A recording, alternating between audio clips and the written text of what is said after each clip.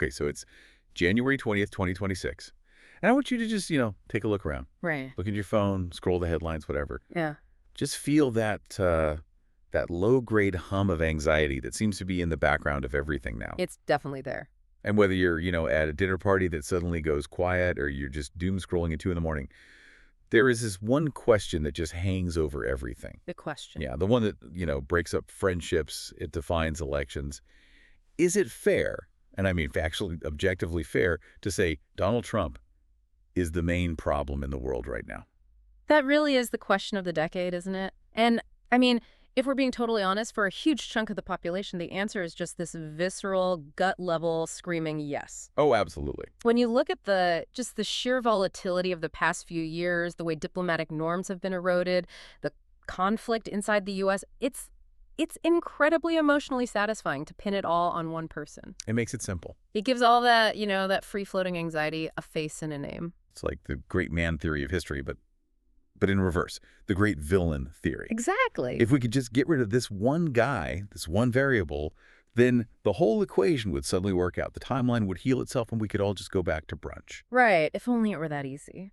But, for this deep dive, we've been combing through just a massive stack of research, historical analysis, psychological profiles, and the consensus seems to be that while that yes answer feels really good, it's actually, it's a dangerous oversimplification. It is. And look, the point here isn't to defend Donald Trump. It's definitely not to, just mindlessly attack him either. Right. Our mission today really is to perform what we're calling a harm audit. We need to audit the true impact of the man by separating him from the global currents he's swimming in. We have to figure out, is he the root cause of all this instability, or is he just the loudest symptom of it? That distinction was the first thing that really grabbed me when we were prepping. The difference between a cause and a catalyst. Mm-hmm. Because I think in the heat of the moment, and especially on social media, those two things are treated as if they're exactly the same. They absolutely are, but the difference is, well, it's everything. If we want to be precise here, and given the stakes in 2026, I think we have to be, Donald Trump is not the sole cause of global instability. Okay. He is, however, a highly visible, incredibly high-powered amplifier. An amplifier. Think of it like this. Causes are structural. They're these slow-moving, massive tectonic plates. We're talking about things like globalization leaving the working class behind, or the internet completely shattering our shared sense of reality, or just the natural decay of the institutions we built after World War II. So these are things that were already grinding away in the background long before he ever came down that escalator. Exactly. Those are the tectonic stresses that were building up for decades. Yeah. A catalyst is the person who comes along, sees those stress fractures in the foundation, and just jams a crowbar into them. Right. They don't create the crack, but they accelerate the break. They weaponize the pre-existing condition. So, to use kind of a grim metaphor, he didn't build the burning building, but maybe he's the guy standing in front of the fire station, letting the air out of the tires on the fire truck. That is a very apt, if depressing, analogy, yes. And we have to talk about why he feels so central to all this. Why does it feel like he is the only problem sometimes? That's a good question. And it's not just his personality, which is obviously huge. It's the chair he sits in. The office itself. The office itself. The United States, for all its problems, it still sets the global operating system. We set the tone for military alliances, for the world economy, and culturally for how democracies are supposed to act. Right. I mean, the old saying, if the American president sneezes, the global stock market catches a cold. Mm-hmm. But this feels like it's deeper than just markets. It feels more like a vibe shift. It is a vibe shift. Because when the leader of the free world makes antagonism normal, when the core message becomes us versus them, or that personal loyalty matters more than the rule of law, that signal just reverberates everywhere. A reverberation effect. That's it. When he acts recklessly, the damage spreads instantly because he has the biggest, loudest megaphone in human history. Okay, but let me push back on this catalyst idea for a minute. Please. Because it sounds a little bit like we're letting him off the hook. Mm-hmm. If I say, oh, he's just a symptom of a sick society, doesn't that sort of minimize the specific choices he actually made? And that is the absolute risk of this analysis, I agree. But I'd argue it actually makes the diagnosis more severe, not less. How so? Well, if he were just a single cause, removing him would fix the problem. Simple. Yeah. But because he's a catalyst exploiting these deep structural flaws, he's actually much harder to counter. Okay. But let's play out your thought experiment. Let's say Donald Trump never entered politics. Poof. Right. Or let's say he just vanished tomorrow. Does the world suddenly calm down? I think a lot of people really, really hope the answer is yes. But the answer is a crucial hard no. It's not. If Trump disappeared tomorrow, the hyperpolarization in America wouldn't just evaporate. Yeah. The economic anxiety in the Rust Belt wouldn't be solved overnight. The deep, really corrosive distrust in the media and in science, that wouldn't magically heal. You have to look at the pre-existing conditions. You have to. Globalization backlash, people losing their jobs to automation and cheap overseas labor, that was a huge story in the 90s and 2000s. And what about the social media algorithms? Exactly. The algorithms that are designed to reward outrage and tribalism, they exist no matter who is in the White House. If you have a business model that says anger equals engagement, you are going to get polarization, whether the president is a populist or a monk. So he didn't invent that machine? He didn't invent it. He just proved he was the best person in the world at operating it. He surfaced the anger that was already there. He didn't, manufacture it from scratch. He surfaced it, he dramatized it, and most importantly, he validated it. He told people it was okay to feel that way. But he didn't invent the inequality. He didn't invent the cultural anxiety. So the sentence, Trump is the problem, is what? Too optimistic. It's way too optimistic. It implies there's a quick fix. A more accurate sentence would be, Trump is a symptom, an accelerator, and a stress multiplier of much deeper global fractures. Stress multiplier. Yeah. That's a phrase that really sticks with me. It sounds like something from engineering. It is. Like the bridge is already shaky and has some cracks, and he's the guy who runs out and starts jumping up and down in the middle of it. Precisely. And this is where we get to the so what of all this. Right. If he left office, yeah, the cracks would still be there. But we might actually have a chance to repair them. His presence makes any kind of resolution almost impossible because he constantly raises the temperature. He turns every single policy dispute into an existential war. He makes it so we can't even talk about the bridge anymore. We can only scream about him. Which, that leads perfectly into the psychology of it. Yes. Because if he's just the guy jumping on the bridge, why are half the people on the riverbank cheering him on?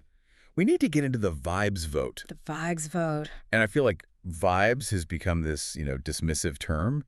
But the research we looked at suggests it's actually how most human beings operate, right? It is empirically how we operate. You Yeah. know, we have this lovely fiction that democracy is this rational marketplace of ideas. Yeah, where everyone sits down with a cup of coffee, they read 3 different newspapers, they compare the candidates' tax proposals, and they make a cool, logical deduction. Which is just hilarious. Who has the time for that? I barely have time to read the ingredients on my cereal box in the morning. Exactly. And that is the paradox of democracy. The system is built on the assumption that citizens have high levels of literacy, high emotional regulation, and infinite time. Which no one has. And the reality is people are exhausted. They're overworked. They're scared.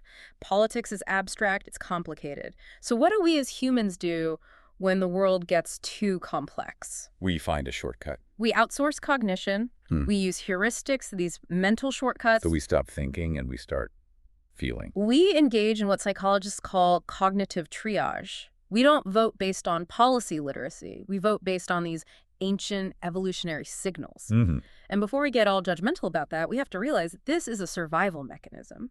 For 99% of human history, your tribe's survival did not depend on you understanding marginal tax rates. No. It depended on answering questions like, does our leader look strong? Does he sound authentic? And crucially, does he scare the neighboring tribe? So when you hear a voter say something like, I don't know, I like that he's a fighter, or he tells it like it is. Yes. That's not them being dumb. That is a prehistoric circuit firing off in their brain. It's the protector heuristic. It is deeply, deeply biological. The problem, and this is the dangerous mismatch we're living in, is that while vibes voting is great for a band of 50 hunter-gatherers, Right. it is disastrous for a global superpower in the year 2026. Because you can't vibe your way through AI regulation or a global semiconductor shortage? You absolutely cannot. Modern governance is, Yeah. it's boring, it's technical, it requires nuanced, quiet cooperation. Yeah. It's about supply chains and epidemiology and intricate diplomacy. Those things don't trigger that strongman dopamine hit in our brains. So democracy optimizes for voice. Who can yell the loudest? Not for wisdom. Exactly. And when our institutions fail to manage all that complexity, when people feel like the so-called experts have let them down, they revert to the oldest instinct we have. Find the guy who promises to just flip the whole table over. So, okay, understand the vibes vote isn't about calling people stupid. No. It's about recognizing that we are all running ancient software on a very, very complex modern machine. Right. And Trump is an absolute master at hacking that ancient software. He bypasses the policy part of the brain and goes straight for the lizard brain. Okay, so we've established he's an accelerant, stress multiplier, and we have a better idea of why the vibes work on a psychological level. But I want to get concrete now. Good. We promised a harm audit, Yeah. and there is so much noise online, conspiracy theories, hyperbole, constant doom posting. Let's try to separate the internet arguments from the actual formal findings. What has been proven? I think we have to be really disciplined here. Yeah. Because if you hate him, everything he does looks like a crime. And if you love him, every accusation looks like a lie. We need to filter for the signal, not the noise. So let's start with category 1, legal and ethical findings. And I don't mean pundits talking on TV, I mean court record. Okay, so let's start with the conviction in New York. The 34 felony counts, people now tend to shrug that off as, just bookkeeping or a paperwork crime. Why does it actually matter in a harm audit? It matters because of the underlying mechanism. It wasn't just bad bookkeeping. The jury found it was a criminal scheme to hide information from voters days before an election, specifically to influence the outcome. Right. So the harm there is the normalization of cheating. It establishes this idea that elections are just games to be manipulated, and if you're rich and powerful enough, you can construct a false reality to secure power. And it just reinforces that deep cynicism that everybody does it. It does. And then you look at the civil fraud finding, where the Trump organization was found liable for inflating valuations for years. Again, people say, so what? Who cares? The banks got paid back. Yeah. But the harm is the corrosion of the rule of law. It reinforces that idea of a two-tier justice system, the idea that the wealthy play by a completely different set of rules than you or I do. And that breeds a kind of societal rot where people stop following the rules because they feel like suckers for doing so. And we can't just skip over the E. Jean Carroll cases. We absolutely cannot. Juries, and I want to stress this, not the media, not politicians, but juries of his peers found him liable for sexual abuse and for defamation. Yeah. This is not locker room talk. This is a formal legal finding of liability for predatory behavior. And the cultural harm there is the normalization of impunity. It signals to, half the population that their safety and dignity are secondary to a powerful man's ambition. It just degrades social trust at a fundamental level. Okay, so that's all the personal conduct, which is Yeah. substantial. But let's move to category 2, democracy and the rule of law, because this feels like where that accelerant theory really proves itself. This is where the most structural damage occurs. I mean, we could talk about the impeachments, but I really want to focus on a specific mechanism of the election subversion, specifically the Georgia phone call. The famous quote, "I just want to find 11,780 votes." We've all heard that clip a million times now, but you have to stop and really think about the precedent being set. You have a sitting president of the United States pressuring a state election official to literally manufacture a specific number of votes to overturn a certified result. It's staggering when you say it out loud like that. It is not politics. It is a direct attempt to dismantle the core mechanism of the peaceful transfer of power. And the whole world was watching this happen. The whole world. And this is the global consequence. When the United States, which is supposed to be the gold standard of democratic stability, signals that the peaceful transfer of power is now optional, well, global confidence just evaporates. Every dictator, every aspiring strongman from Hungary to Brazil to the Philippines, they look at that and they take notes. It acts as a global permission structure for instability everywhere. It's like the teacher in the classroom breaking all the rules in front of the students. Yes. Suddenly, the whole class descends into chaos. And speaking of permission structures, let's talk about rhetoric. Because the words from that podium aren't just air. They set the parameters for what's acceptable. Category 3, rhetoric and social cohesion. And for me, the most damaging moment might still be the stand back and stand by comment he made to the Proud Boys during that debate. That was years ago, but it still gives me chills. It does, because of the ambiguity. He didn't say, go attack them, but he pointedly refused to say stop. He said stand by. The harm mechanism there is validation. Extremist groups heard that as a command, or at least a wink and a nod, from their commander-in-chief. It moves political violence from the category of unacceptable to waiting for the order. And then there's the way he talks about his opponents, calling them vermin, enemies from within. That is a classic tactic. The technical term is dehumanization. When you frame your political rivals not as fellow citizens with bad ideas, but as illegitimate enemies of the state, you are consciously preparing the ground for political violence. We're turning neighbors into combatants. You are. And the constant misogyny and racism, the shittle countries comment, the Access Hollywood tape, all of these things degrade the cultural standard. They make it socially expensive to be decent and socially cheap to be cruel. I want to pause on one specific thing here, Right. because it just floods the zone online constantly. Okay. The Epstein question. We all see the flight logs, the pictures, people scream, "Predator!" But then the other side screams, "Fake news!"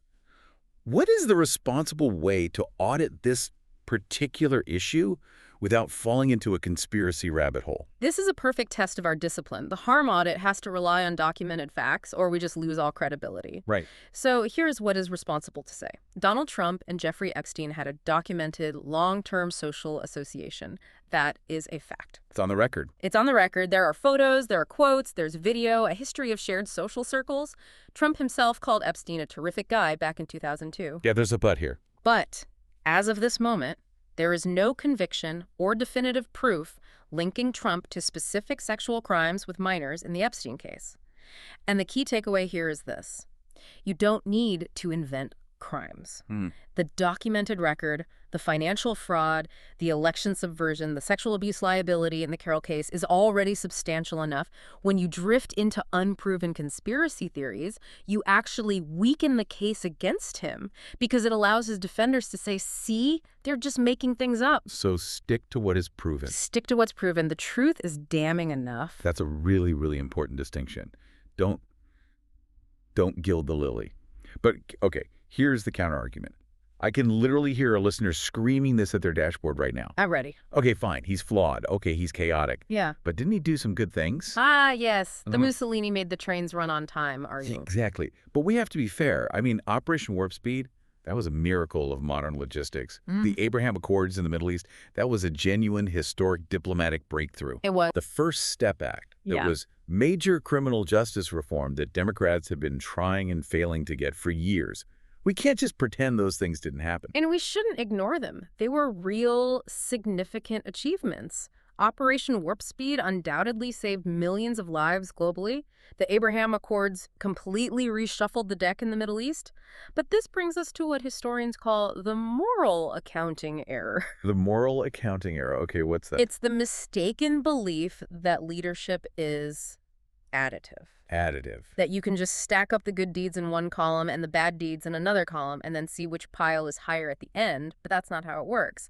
Leadership is multiplicative. Okay, you got to break that down for me. Multiplicative. Okay, imagine a pilot is flying a plane. Right. And during the flight, he comes on the intercom and tells some really great jokes. He distributes the best snacks anyone has ever had on a flight. He even manages to fix the broken air conditioning. Great stuff. So far, so good? Yeah. I like this pilot. But then, on landing, he decides to ignore the control tower, he turns off all the safety systems, and he crashes the plane directly into the terminal. You don't walk away from that wreckage saying, yeah, but the snacks were incredible. Exactly. The crash zeroes out the snacks. It makes them irrelevant. If a leader fundamentally destabilizes the very institutions that keep the country running, if he crashes the democratic process, then any isolated policy wins do not mitigate the catastrophic systemic risk. You ground the pilot. You ground the pilot. The net impact is what matters. Wow. That pilot analogy is terrifyingly clear. It makes me think about all the historical comparisons we're always reaching for. Everyone always goes straight to Hitler. He's the new Hitler. Is that helpful at all? Or is it just more hysteria that clouds the issue? It's actually historically lazy, and in some ways it obscures the real danger. Donald Trump is not Hitler. He doesn't have the ideological discipline. He doesn't have the specific genocidal intent. He doesn't have the military machinery that Hitler cultivated. But, and this is a big but, the logic used to defend him, that he did some good things, that is the exact same logic that's been used to defend authoritarian figures throughout history. Right. Hitler built the Autobahn. Stalin industrialized the Soviet Union. Mao unified China. But the cost was just unpayable. The good outputs were rendered morally irrelevant by the devastation. Now, again, Trump isn't them. But if we want a real, useful historical comparison, we should look at American history. We should look at Andrew Johnson. Okay, the guy who took over right after Lincoln was assassinated. Yes. Andrew Johnson is probably the closest analog we have in American history. Think about the context. The Civil War has just ended. The country is shattered. It desperately needs healing. It needs reconstruction. And Johnson comes in, a populace who rose up via backlash, and he actively sabotages the entire repair process. He treats his political opposition as illegitimate enemies. He fans the flames of racial division instead of putting them out. So he governed by breaking things at the exact moment the country needed fixing. Exactly. And the damage he did set the country back by decades. He entrenched divisions that we are literally still fighting about today. Trump is in that mold. He is an institutional destabilizer. What about the other names you hear thrown around? Like Silvio Berlusconi. Berlusconi is more of a style comparison. Okay. The Italian prime minister who owned the media, who turned politics into a reality TV show, survived endless scandals, and made the entire culture revolve around his personal drama. That's the vibe comparison. And what about James Buchanan? Buchanan is the comparison for inaction. He was the president right before Lincoln who just watched the country slide towards civil war and essentially did nothing to stop it. He just let the institutions fail around him. So Trump is like some kind of a cocktail of these different archetypes. Mm-hmm. The sabotage of Johnson, the showmanship of Berlusconi, and the negligence of Buchanan. In a way, yes. But he really does create his own unique category. I'd call him the probabilistic threat. A probabilistic threat. His harm isn't always that he blows everything up today. It's that he weakens the guardrails so that everything can blow up tomorrow. He dramatically increases the probability of state failure. Okay, so if the harm is this clear to us as we lay it out, and the history is this concerning, yeah, why is it not clear to half the country? And I want to be really careful here. I don't want to do the coastal elite thing of asking, why are they all so stupid? No, and we have to reject that premise entirely. It is not stupidity. Right. His base includes heart surgeons, skilled tradespeople, veterans, hedge fund managers, mothers, fathers. These are people who are functional, smart, and capable in their own lives. If you dismiss them as just brainwashed or dumb, you are completely missing the mechanism. So what is the mechanism? Why do they stick with him even after the plane crash? It's a combination of, I think, 3 very powerful psychological forces. The first one is information enclosure. Information enclosure. If all of your inputs, the news channel you watch, the friends you trust, the algorithm on your social media feed, if all of it tells you that the institutions are corrupt, that the media is lying, and that Trump is the heroic victim of a deep state plot, then supporting him isn't stupid. Yeah. It is perfectly rational within that sealed reality. Just garbage in, garbage out. Yeah. I mean, if I truly believed the FBI was a criminal organization trying to frame a patriot, I guess I'd support him too. Exactly. You're acting logically based on the data you're being given. The second force is sunk cost. Oh, yeah. Imagine you've supported him since 2016. You've lost friends over it. You've argued with your kids about it. You bought the hat. You flew the flag. To turn back now would be... To turn back now would be to admit, I was wrong, I was conned, I personally contributed to all this damage. That is a massive, crushing emotional cost to pay. The human ego will perform incredible gymnastics to avoid that level of humiliation. Mm-hmm. It is psychologically so much easier to double down and say, no, he's actually playing 4D chess than it is to say, I made a terrible mistake. And what's the third force? The third one is strategic nihilism, and this is the darkest one. Okay. There is a segment of his support that knows he is dangerous. They know he's a wrecking ball, but they look at the modern world, the cost of living, the cultural changes, the feeling of being left behind and disrespected, and they just say, good, burn it all down. So they don't want a pilot to land the plane safely. They want a pilot to crash it directly into the headquarters of the people they hate. Precisely. They prefer the chaos to the status quo. And Trump provides that service. He didn't invent cruelty, but he created that permission structure for it. He made it socially safe to express that deep, burning rage, and that permission structure is going to outlive his presidency no matter what happens.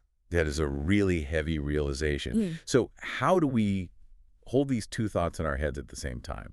On one hand, the leader is objectively dangerous to the system. On the other, the voters are our fellow citizens who are acting on very real fears. I think we have to separate understanding from legitimizing. Okay. You can have empathy for the fear and the distrust that drives that vote.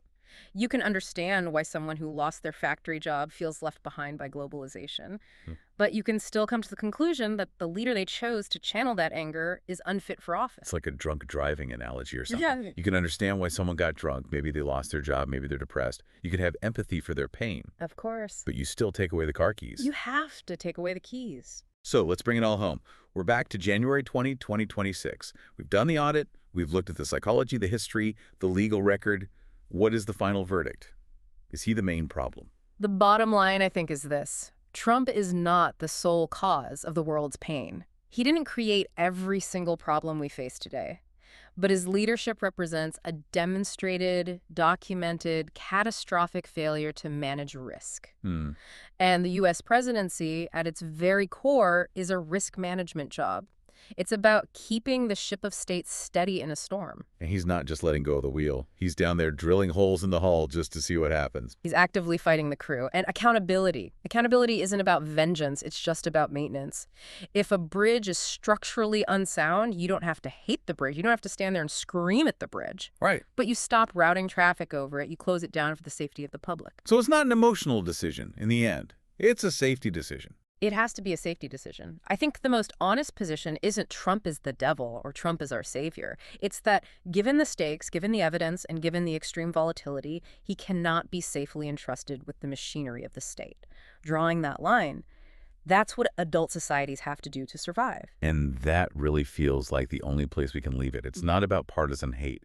It's about recognizing that while he didn't start every fire, he has proven time and time again through his own documented actions that he simply cannot be trusted to hold the hose. Well said. And here's one final thought for you to chew on as you go about your day. We've talked a lot about the damage done to institutions, to laws, to our global alliances. But I want you to think about the damage that's been done to our own personal perception of reality.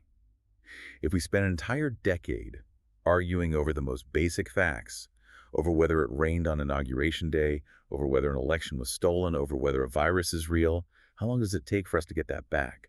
Have we crossed some kind of threshold where truth is now permanently fractured? Or can we still glue that mirror back together? That's something to think about.